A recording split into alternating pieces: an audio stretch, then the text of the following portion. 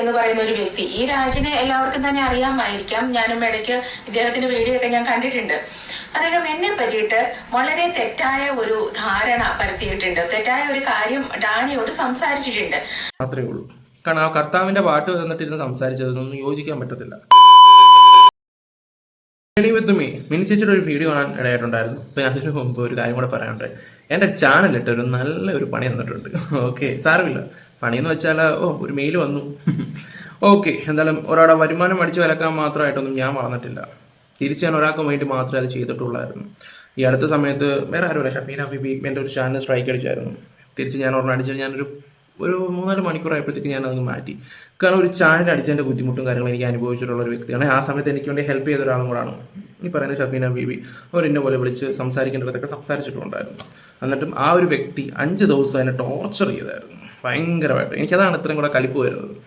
Okay, അപ്പം ഈ പറയുന്ന ഈ സ്ട്രൈക്കിനോടും കാര്യങ്ങളൊക്കെ നമുക്ക് തിരിച്ചടിച്ചാലും ഒരു മണിക്കൂറോ അല്ല, നമുക്ക് അറിയാമെന്ന് കാണിക്കാൻ വേണ്ടി മാത്രമാണ്. പറഞ്ഞു വന്ന കാര്യം എന്താണെന്ന് വെച്ചാൽ, തനു കൂടുതൽ ഡെക്കറേഷൻ ഒന്നും ചെയ്യുന്നില്ല. സ്റ്റൈൽ രാജിനെ കുറിച്ചും കൂടെ ഒക്കെ ജസ്റ്റ് ഒന്ന് പറഞ്ഞിട്ട് പോകാൻ വേണ്ടി വന്നതാണ്. എന്തായാലും ഇങ്ങനെയൊക്കെ ചെയ്യാൻ വേണ്ടി കൊണ്ട് കാണുമായിരിക്കും. നിങ്ങൾ ആലോചിച്ച് നോക്കണം. സോഷ്യൽ മീഡിയ വന്നിട്ട് ഓരോ കാര്യങ്ങളൊക്കെ ഇങ്ങനെ വന്ന് സംസാരിക്കുമ്പോൾ കളിയാക്കുമ്പോഴൊക്കെ തിരിച്ച് നല്ല രീതിയിൽ പറയാനും എഴുതാനും ഒക്കെ അറിയുന്ന ആൾക്കാരൊക്കെ ഉണ്ട്.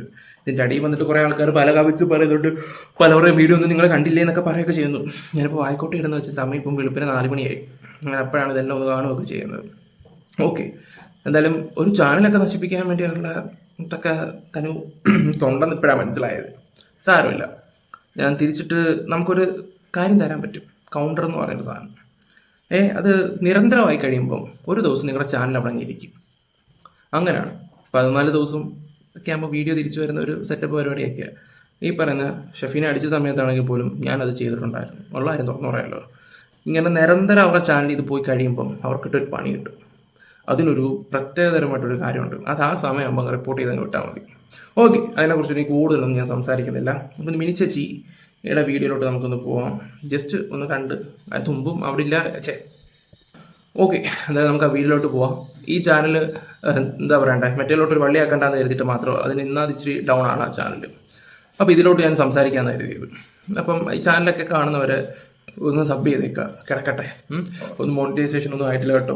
ഞാൻ ചുമ്മാ ഇടുന്ന മാത്രമേ ഉള്ളൂ. ഇതിൽ ഒരു ചാനൽ തന്നെ കൊണ്ടു നടക്കുന്ന പാട് എനിക്കറിയാം. ഈ രണ്ടും കൂടെ ഒന്നും കൊണ്ടു നടക്കാനുള്ള ത്രാണിയൊന്നുമില്ല. ഓക്കെ, എന്തായാലും നമുക്ക് വീഡിയോ ചെയ്യാം. എന്ന് പറയുന്ന ഒരു വ്യക്തി. ഈ രാജിനെ എല്ലാവർക്കും തന്നെ അറിയാമായിരിക്കാം. ഞാനും ഇടയ്ക്ക് ഇദ്ദേഹത്തിന്റെ വീഡിയോ ഒക്കെ ഞാൻ കണ്ടിട്ടുണ്ട്. അദ്ദേഹം എന്നെ പറ്റിയിട്ട് വളരെ തെറ്റായ ഒരു ധാരണ പരത്തിയിട്ടുണ്ട്. തെറ്റായ ഒരു കാര്യം ഡാനിയോട് സംസാരിച്ചിട്ടുണ്ട്. അതെന്താണെന്ന് വെച്ചാല്, ഞാൻ ഈ നിഷ്കുജിക്കെതിരെ വീഡിയോ ചെയ്യുന്നത് ക്യാഷ് വാങ്ങിയിട്ടാണ്. അത്രയും ആരോടൊക്കെയോ ക്യാഷ് വാങ്ങിയിട്ടാണ് ഞാൻ നിഷ്കുജിക്കെതിരെ വീഡിയോ ചെയ്യുന്നത് എന്നാണ് ഇദ്ദേഹം പറയുന്നത്.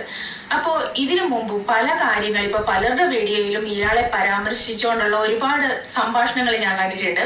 സുനിത കാസിമിന് അഗെയിൻസ്റ്റ്, അവരങ്ങനെയാണ് ഇങ്ങനെയാണ്, അവരുടെ സ്വഭാവത്തെ വല്ലാതെ വിമർശിച്ച് എല്ലാത്തിനും പിന്നിൽ അവരാണ് എന്ന് വരുത്തി തീർക്കാൻ അയാൾ എന്തൊക്കെയോ പറയുന്നുണ്ടായിരുന്നു. അപ്പൊ കുറച്ച് ദിവസമായിട്ട് ഈ നിഷ്കുജ പറയുന്നുണ്ട്, ഈ രാജ് പറഞ്ഞതെല്ലാം സത്യമാണ്, ഈ പ്രസ്തുത രാജ് പറഞ്ഞതൊക്കെ സത്യമാണ്, സുനിത കാസിമിനെ പറ്റി പറഞ്ഞത് സത്യമാണ്. ഇയാൾ അങ്ങ് ഇരുന്നിട്ട് അങ്ങോട്ട് പ്രവചിക്കുകയാണ്. ഓരോ ആളുകളെ പറ്റിയിട്ട് മാനിപ്പുലേഷൻ ചെയ്യുകയാണ് ഇയാൾ അവിടെ ഇരുന്നിട്ട്. ഇയാൾ അങ്ങ് ഏതോ ജ്യോതിഷിയെ പോലെ, ഇങ്ങനെ ഭാവി പ്രവചിക്കുന്ന ആളുകളെ പോലെ എപ്പോഴാണാവോ സമയമാകുന്നത് എന്ന് എനിക്കറിയില്ല. ഇതേതായാലും എന്റെ വിഷയത്തിൽ ഞാൻ ആരോടൊക്കെയോ ക്യാഷ് മേടിച്ചിട്ടാണ് ഈ പ്രസ്തുത ലേഡിക്കെതിരെ വീഡിയോ ചെയ്യുന്നത് എന്ന് ഡാനിയോട് ഇയാൾ പറഞ്ഞിട്ടുണ്ട്. അതിനും തെളിവ് ഇയാളുടെ കയ്യിലുണ്ട്. ഇയാളത് സമയമാവട്ടെ പുറത്തു വരും എന്നാണ് പറയുന്നത്. എന്നാണ് സമയമാവുക? ശരി, അപ്പൊ ഇപ്പൊ സമയമായി. കാര്യം ഞാൻ ഈ വിഷയം അറിയില്ലോ. നിങ്ങൾ ഏതായാലും ഡാനിയോട് ഇത് പറഞ്ഞു, ഇപ്പൊ സമയം, ഇപ്പൊ അത് എന്റെ ആവശ്യമാണ്, നിങ്ങളത് പുറത്തു വിടൂ. ആ തെളിവ് നിങ്ങൾ അന്തസ്സുള്ള ആളാണെങ്കിൽ, അന്തസ്സുള്ള മനുഷ്യനാണെങ്കിൽ, നിങ്ങൾ ചുണയുണ്ടെങ്കിൽ ഞാൻ നിങ്ങളെ വെല്ലുവിളിക്കാതെ പുറത്തു വിടൂ. ഞാൻ ആരോടെങ്കിലും ഈ വിഷയത്തെ പറ്റിയിട്ട് പേഴ്സണലായിട്ട് ഫോൺ വിളിച്ച് ആരോടെങ്കിലും ഒന്ന് സംസാരിക്കുകയെങ്കിലും ചെയ്യുന്ന, ഈ വിഷയത്തെ പറ്റി എന്നല്ല, സോഷ്യൽ മീഡിയയിൽ ഞാൻ സംസാരിച്ച ഏതെങ്കിലും ഒരു വിഷയത്തെ പറ്റിയിട്ട് ആരെങ്കിലും ആയിട്ട് ഫോൺ വഴി ഒരു കോൺടാക്ട് എങ്കിലും ചെയ്തേക്കുന്നത് നിങ്ങൾക്ക് തെളിയിക്കാൻ പറ്റും എന്നുണ്ടെങ്കിൽ നിങ്ങൾ ചേച്ചി, ആ ഒരു കാര്യം ഞാൻ കോൺഫിഡൻസോടെ തന്നെ അയച്ചു അവനോട് ഞാൻ സംസാരിച്ചത്. കാരണം അവരുടെ നമ്പർ ഒരിക്കലും നിന്റെ കിട്ടത്തില്ല, ഒരിക്കലും. ഈ പറയുന്ന ചേച്ചി ആദ്യം ഏത് ടീമിനെയാണ്, മീൻസ് ഏത് ഫാമിലി വ്ളോഗേഴ്സിനെയാണ് ഇതിൽ സംസാരിച്ചതെന്നൊക്കെ എനിക്ക് നല്ല രീതിയിൽ അറിയാം. അവർക്കും നല്ല ഒരു ഈച്ചയുടെ കയ്യിൽ പോലും നിങ്ങളുടെ നമ്പറും കാര്യങ്ങളും ഇല്ലെന്ന് നല്ല രീതിയിൽ അറിയാം. ആ നിങ്ങളുടെ വോയിസ് ലീക്കായി, മീൻസ് വോയിസ് ഉണ്ട്, അതുകൊണ്ട് പൈസ മേടിച്ചിട്ടാ ചെയ്യുന്നതെന്നൊക്കെയുള്ള സംസാരങ്ങളൊക്കെ സംസാരിക്കുമ്പോൾ ഞാൻ വെറും പൊട്ടനല്ല. ഞാനത് അവനോട് എടുത്തെടുത്ത് ചോദിച്ചു, ആണോ? ഞാനത് വന്നിട്ട് കോൺഫിഡൻസോടെ പറയാൻ ചെയ്തു. ഈ പറയുന്ന ജേണി വിത്ത് മീ എന്ന് പറയുന്ന മിനി മിനി മിനി എന്ന് തന്നെ പറഞ്ഞത് അവനോട്. അന്ന് ഞാൻ അവരോട് സംസാരിച്ചിട്ട് പറഞ്ഞാൽ നിനക്ക് ചുണയുണ്ടാക്കി, മീൻസ് നിങ്ങളെ കൊണ്ട് പറ്റൂ, ഞാൻ വെല്ലുവിളിക്കുകയാണെന്ന് നോക്കി. അപ്പോഴത്തേക്ക് എടുക്കുമ്പോൾ പറഞ്ഞൊരു കാര്യം, അതിപ്പോൾ പറയാൻ ഇതില്ല, സമയമാവുമ്പോൾ. അപ്പോൾ എൻ്റെ കൂടെ ഞങ്ങൾ രണ്ടുപേരും മാത്രമല്ല, അതിൻ്റെ ഇടയ്ക്ക് ഒരാളും കൂടെ ഉണ്ടായിരുന്നു. ആ വ്യക്തി ഇതെല്ലാം കേട്ടതാണ്. സമയമാകുമ്പോഴേ ഞങ്ങളത് പുറത്ത് വിടുന്നുള്ളൂ എന്നുള്ള രീതിയിലാണ്. ഏത് ഞങ്ങൾ? അതാണ് ഞാൻ ചോദിക്കുന്നത്. ഏത് ഞങ്ങൾ? ചുമ്മാ വന്നിട്ട് ഇങ്ങനെ ഡയലോഗ് അടിക്കുമായിരുന്നു. അതെനിക്ക് മനസ്സിലായി. വെറും കഴമ്പില്ലാത്ത കുറേ വർത്തമാനങ്ങൾ മാത്രം. ഈ ഒരു വിഷയത്തിന് ആരും നോർമൽ ചാറ്റ് ചെയ്ത് വന്നപ്പം, സംസാരിച്ച് വന്നപ്പം, ഡാനിക്ക് എന്തെങ്കിലും ഗുണമുണ്ടോ ഈ ഒരു കാര്യത്തിന് വെച്ചപ്പോൾ ഞാൻ പറഞ്ഞു എനിക്ക് കുറച്ച് ഗുണമുണ്ട്. ഞാനങ്ങനെ പറഞ്ഞു. അപ്പോഴത്തേക്ക് എടുക്കുമ്പോൾ പറഞ്ഞത് ഞാൻ പൈസ മേടിക്കുക എന്നുള്ള രീതിയിലാണ് പുള്ളി സംസാരിച്ചത്. പൈസ കണ്ട് മേടിക്കുവാണ് എന്നുള്ള രീതിയിലാണ് പുള്ളി സംസാരിക്കുകയൊക്കെ ചെയ്തത്. എനിക്ക് അങ്ങോട്ട് കയറി ഞാൻ നല്ല ദേഷ്യം വന്നപ്പോൾ ഞാൻ തന്തയ്ക്ക് തന്നെ വിളിച്ചു. പൂരത്തെറി വിളിയായിരുന്നു. അങ്ങോട്ടും ഇങ്ങോട്ടും തെറിയോടെ വിളി. എനിക്ക് ഇഷ്ടമല്ല. എനിക്ക് ഏറ്റവും കൂടുതൽ ദേഷ്യം വരുന്നൊരു കാര്യമാണ് ഈ വെള്ളമടിച്ച് സിഗരറ്റ് വലിച്ച് ഇതുപോലുള്ള കാര്യങ്ങൾ. ഞാൻ ഇതൊന്നും ചെയ്യാത്ത ഒരു വ്യക്തി. ഈ രണ്ട് കാര്യങ്ങൾ ആരെങ്കിലും പറഞ്ഞ് ഇങ്ങനെ ഇരിക്കുമ്പോൾ എനിക്ക് പെട്ടെന്ന് ദേഷ്യം വരും, ഭയങ്കര ദേഷ്യമായിരിക്കും. ഞാൻ ആ സമയത്ത് എന്തുവാ ചെയ്യുന്നത്? കാരണം എനിക്ക് ഇഷ്ടമല്ലാത്ത കാര്യങ്ങൾ ഈ രണ്ട് കാര്യങ്ങളും. എന്നുവെച്ച് കഴിക്കുന്നവരൊക്കെ എനിക്ക് സപ്പോർട്ടും കാര്യങ്ങളൊക്കെയാണ്. പക്ഷേ ഇതുപോലുള്ള കാര്യങ്ങൾ ഞാൻ ചെയ്തെന്ന് പറയുമ്പോൾ എനിക്ക് ഒട്ടും യോജിക്കാൻ പറ്റത്തില്ല. ഞാൻ പെട്ടെന്ന് കാര്യങ്ങൾ വൈലൻ്റായി. ഞാൻ ഭയങ്കരമായിട്ട് പൈസ മേടിച്ചെന്ന് ഉള്ള രീതി സംസാരിച്ചപ്പം വൈലൻ്റായി തന്തയ്ക്കും തന്നെ വിളിച്ചാൽ അങ്ങോട്ടും ഇങ്ങോട്ടും വിളിയെല്ലാം കഴിഞ്ഞ് പിന്നെ അവസാനം എൻ്റെ ഇടയ്ക്ക് ഒരാൾ വന്ന് കോംപ്രമൈസ് കാര്യങ്ങളൊക്കെ സംസാരിച്ചപ്പോഴാണ് ജേണി വിത്തിമയുടെ കാര്യം ഇങ്ങനെ സംസാരിച്ചത്. അപ്പം ഞാൻ ചോദിക്കുകയും ചെയ്തു, മോനെ ജന്മം ചെയ്ത ഈ ഒരു കാര്യം ഞാൻ വിശ്വസിക്കത്തില്ല എന്ന് പറയാം. കാരണം ഇവൻ്റെ കൂടെ ഉള്ളവർ തന്നെ പറഞ്ഞിട്ടുണ്ട് ഞാൻ വിശ്വസിക്കരുത്. അത് വേറെ ആരുമല്ല, പച്ചയ്ക്ക് ഞാൻ പേര് പറയാം, അതുൽ ബ്ലോഗ്സ് എന്ന് തന്നെ ഞാൻ പറയും. കാരണം അവനിട്ട് നല്ല രീതിയിൽ പണി കൊടുക്കുക, നല്ല രീതിയിൽ അവനിട്ടൊരു പണി കൊടുക്കുക. അവന് കൊടുക്കാമെന്നതിൻ്റെ അങ്ങേയറ്റം കൂടെ എന്നിട്ട് ഉണ്ടാക്കാമെന്ന് പറയത്തില്ലേ, അതുപോലെ കൊടുത്തൊരുത്തരാണ് ഈ സ്റ്റൈൽ രാജ് എന്ന് പറഞ്ഞ ഒരു വ്യക്തി. ഇപ്പോഴും കണ്ടില്ലേ, എന്തെങ്കിലും ഗ്രൂപ്പ് കോളിലൊക്കെ അളിയൻ കയറി വരുമ്പോഴൊക്കെ അളിയോ നമ്മൾ ആ അർത്ഥത്തിലല്ല കേട്ടോ വിളിച്ചേ, അവിടെ ഇവിടെ നിന്ന് താങ്ങി നിൽക്കുന്ന ഒരു സ്വഭാവമാണ്. അതിനോട് എനിക്ക് വലിയ യോജിപ്പുമില്ല. ഇപ്പൊ 2 ദിവസം മുമ്പ് നമ്മുടെ ജാസിയുടെ ഒരു വീഡിയോ എടുത്തിട്ടേക്കുന്നുണ്ടായിരുന്നു. അതിനകത്ത് അതുലിന് കണ്ടന്റ് ക്ഷാമമാണെന്ന് അവൻ്റെ അക്കൗണ്ട് കയറി എടുത്ത് നോക്കി ഒരു ദിവസം 4, 5, 6 ഇല്ല അമ്പലത്തിൽ തിരുമേനി വന്നിട്ട് 6 മണിക്കത്തെ പൂജ, പിന്നെ നെയ്യം അത് ഇത് എന്ന് പറയുന്ന പോലെ വൈകിട്ടത്തെ പൂജ, മണിയടി, ഇതെല്ലാം കഴിഞ്ഞിട്ട് തിരുമേനി പോകത്തുള്ളൂ. അല്ലെങ്കിൽ തിരുമേനിക്ക് സമാധാനം കിട്ടത്തില്ല, കബഡി നിരത്ത്. അതുപോലെയാണ് അവന് യൂട്യൂബിൻ്റെ കാര്യം. അതിവന് വല്ല അറിയാം. ഞാൻ ഇന്നലെ ഈ അടുത്ത സമയത്ത് മാത്രമുള്ളൊരു ഫ്രണ്ട്ഷിപ്പും കാര്യങ്ങളുമാണ്. എനിക്ക് കുറേ കാര്യങ്ങൾ മനസ്സിലായിട്ടുണ്ട്. അവന് കണ്ടന്റ് ക്ഷാമവും ഈ ജാസിയുടെ ഇത് ചുമ്മാ അവനാൾ ആരോടെങ്കിലും വൈരാഗ്യം ഉണ്ടെങ്കിൽ വന്നിട്ട് അങ്ങ് കൊണയടിക്കും, അത്രയേ ഉള്ളൂ. ഇവനെ കൊണ്ട് അതേ പറ്റത്തുള്ളൂ. ഇപ്പം ഈ പറയുന്ന എന്തോ നിഷ്കു, നിങ്ങളെന്തോ ഒരു പേര് വിളിക്കുന്നുണ്ടല്ലോ, അങ്ങനെ തന്നെ ആയിക്കോട്ടെ. ആ സ്ത്രീയുടെ കാര്യത്തിൽ അവരെ സംസാരിച്ചിട്ടുമുണ്ട്, അവൻ കണ്ടിട്ടുമുണ്ട്, എല്ലാം ചെയ്തിട്ടുമുണ്ട്. എന്നിട്ട് കണ്ടിട്ട് പോലുള്ള നമ്മുടെ നാടകം കളിക്കേണ്ട വലിയ ആവശ്യമൊന്നുമില്ല. പിന്നെ നിനക്ക് ഈ ഒരു ലൂപ്പിൽ പെട്ട് പോകുന്നൊരു വ്യക്തിയാണ് നീ, പറയാൻ മനസ്സിലായോ? അതുകൊണ്ടാണ് നീ ഇങ്ങനെ ഇരിക്കുന്നത്. ഞങ്ങൾ എല്ലാ വീഡിയോസും എടുത്തും ചെയ്യാറുണ്ട്, എല്ലാം. നീ ഈ ഒരു ലൂപ്പിൽ ഞാനൊരു കാര്യം പറയാം, എൻ്റെ മിനി ചേച്ചി, ഞാൻ ചേച്ചിയോട് കൂടെ പറയാം, ഇത് സംസാരിച്ചു തുടങ്ങിയാൽ നമുക്ക് ഇതിനെക്കുറിച്ച് സംസാരിക്കാൻ നേരം കാണത്തുള്ളൂ. സീരിയസ് ആയിട്ട് പറഞ്ഞതല്ല, നമുക്ക് ഭ്രാന്തി പിടിക്കും. എനിക്ക് ഇടയ്ക്കാണെങ്കിൽ വീട് സംബന്ധമായിട്ടുള്ള കാര്യങ്ങൾ ഇവരുടെ കുറച്ച് കാര്യങ്ങൾ ചെയ്തപ്പോൾ എനിക്കത് മനസ്സിലായതാണ്. നമുക്ക് ഒരുപാട് കണ്ടന്റ് ഉണ്ട്. ഇന്ന് ഈ കേരളത്തിൽ ഇല്ലാത്ത സാധനങ്ങളില്ല, ഒരുപാടുണ്ട്.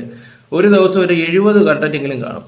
അതായത് നമ്മളൊരു 3-4 സെലക്ട് ചെയ്ത് വിടും, അത്രേ ഉള്ളൂ. അതെല്ലാവരും ഡയലോഗ് അടിക്കുന്നതൊക്കെ കേൾക്കണം. ഓക്കെ, എൻ്റെ ചേച്ചി, ഞാൻ ഒന്നേ ചേച്ചിയോട് പറയുന്നുള്ളൂ, ഈ സ്റ്റൈൽ രാജാണെങ്കിലും പിന്നെ നിഷ്കുവിൻ്റെ കാര്യത്തിലാണ് എനിക്കിപ്പോൾ പുച്ഛം മാത്രമേ ഉള്ളൂ. കാരണം ആ കർത്താവിൻ്റെ പാട്ട് വന്നിട്ടിരുന്ന് സംസാരിച്ചതൊന്നും യോജിക്കാൻ പറ്റത്തില്ല. പിന്നെ ഒരാൾ വളർന്നു വരുന്നുണ്ട്. പിന്നെ ഒരു കാര്യം ഞാൻ നിങ്ങളോട് പറയാം, ആ എന്തുണ്ടെങ്കിലും വലിയവരെ പറയുന്ന പോലെ യൂട്യൂബേഴ്സിന് ആ കുഞ്ഞിനെ ആരും പറയരുത്. ആ കുഞ്ഞിനെ ഒരക്ഷരം ആരും പറയരുത്. നിന്റെ കണ്ടല്ലേ നിന്റെ മോള് വരുന്നേ, നിന്റെ മോൾ അനുഭവിക്കും, അങ്ങനെ ആരും പറയരുത്. ദേവി ചെയ്ത് അതിനൊന്നും അറിയില്ല. ഞാൻ എല്ലാവരും ഇത് കാണുന്നവരുടെ ഒറ്റ റിക്വസ്റ്റ് ഉള്ളൂ, കുഞ്ഞിനെ ഒന്നും പറയരുത് ദേവി ചെയ്ത്. ബാക്കി നിങ്ങൾ അവരെ പറയും, എന്താണെന്ന് വെച്ചാൽ ചെയ്തോ, ആ കുഞ്ഞ് ഒന്നും പറയരുത്. പിന്നെ ഒരു കാര്യം, ഈ ലൈവിൽ വന്നിട്ട് നിഷ്കു ആണെങ്കിലും കുഞ്ഞിനെ തല്ലുന്ന പരിപാടിയും അത് ചെയ്യുന്ന പരിപാടിയും മരുന്ന് കഴിക്കുന്ന പരിപാടിയും ഇങ്ങനെയുള്ള പരിപാടിയൊക്കെ നിർത്തുന്നതായിരിക്കും നല്ല നാറും. കാരണം ഒരു മരുന്ന് കഴിച്ച കേസ് കെട്ടി തന്നെ പോയ ആൾ പിറ്റേ ദിവസം ലൈവിലിരിക്കുമ്പോൾ എനിക്ക് അതിനേക്കാളും ചിരിയാണ് വന്നത്. പോയി കുറച്ച് മണിക്കൂർ കഴിഞ്ഞപ്പോൾ 1 മണിക്കൂറായപ്പോൾ പുള്ളി വീട്ടിൽ വന്നു. എന്തെങ്കിലും ഉള്ളിൽ ചെന്ന ആൾക്കാർക്ക് എന്തൊക്കെ പറ്റുമെന്ന് ഒരു ഹോസ്പിറ്റലിലെ ആ കാര്യങ്ങൾ മൊത്തം എനിക്കറിയാം, A to Z കാര്യങ്ങൾ അറിയാം. ആ നമ്മുടെ അടുത്ത് ഇതുപോലെ നാടകമൊക്കെ ഇറക്കിക്കൊണ്ട് വരല്ലേ എൻ്റെ പൊന്നോ. അത് അന്നത്തെ വിഷയം ഞാൻ പറഞ്ഞതേ ഉള്ളൂ. പിന്നെ വീട് പദ്ധതിയും കാര്യങ്ങളും ഒക്കെ അതെന്താണെന്ന് വെച്ചാൽ ചെയ്യാതിരിക്കുകയൊക്കെ. ഞാൻ കൂടുതൽ അതിനെക്കുറിച്ച് സംസാരിക്കുന്നൊന്നുമല്ല. പറയുന്ന എന്തും ഞാൻ ചെയ്യാം. മീൻസ് ഈ ചാനൽ ആ സെക്കൻഡിൽ ഉപേക്ഷിക്കാൻ പറയാം. ഞാൻ ഉപേക്ഷിക്കാൻ, പിന്നെ ഞാനൊരു ശല്യം ഉണ്ടാവില്ലല്ലോ. അപ്പോൾ അത് ഞാൻ ചെയ്യാം, എന്തും ഞാൻ ചെയ്യാം. പക്ഷെ നിങ്ങളൊരു കാര്യം ചെയ്യണം, ഈ സംഭവം ഇതിന്റെ തെളിവ് പുറത്തു വിടണം. ഞാൻ ക്യാഷ് മേടിച്ചതിന്റെ തെളിവ് നിങ്ങൾ പുറത്തു വിടണം. കാര്യം സമയമായി, ഇനിയും സമയമാവട്ടെ ആവട്ടെ ആവട്ടെ എന്ന് പറഞ്ഞിരിക്കേണ്ട കാര്യം സമയമായടോ, പുറത്തു വിടുക. എടോ നാണമില്ലേ തനിക്ക്? ഒന്നും അല്ലെങ്കിൽ ഇത്രയും പ്രായമില്ലേ? എങ്ങനെയാ? ഞാൻ സത്യം പറഞ്ഞാൽ ചിലപ്പോഴൊക്കെ എനിക്ക് ചിരി വരും. പണ്ട് കാലങ്ങളിൽ ഈ ചെറിയ കുട്ടികളൊക്കെ ഇങ്ങനെ കള്ളത്തരം പറയും. നമ്മൾ ഒരുപാട് പണ്ട് ഇപ്പോഴും ഒക്കെ കണ്ടിട്ടുണ്ട് അല്ലേ? എന്തെങ്കിലുമൊക്കെ കൊച്ചു കൊച്ചു കള്ളത്തരങ്ങൾ പറയുന്നത് കേട്ടിട്ടുണ്ട്. പക്ഷെ ഇപ്പോഴേ എനിക്ക് മനസ്സിലാവുന്നത് പബ്ലിക്കായിട്ട് പോലും അല്ലെങ്കിൽ മറ്റൊരാളോട് പോലും കള്ളങ്ങൾ പറയാനായിട്ട് മടിയില്ലാത്ത വലിയ മെച്ചുവേർഡ് ആയിട്ടുള്ള ആളുകളും ഉണ്ട് എന്നുള്ളത്. ഇയാൾക്ക് എന്ത് ലാഭം കിട്ടിയിട്ടാണ് ഇയാൾ ഇതുപോലെ കല്ല് വെച്ച നുണകൾ തന്നെ പറയുന്നത്?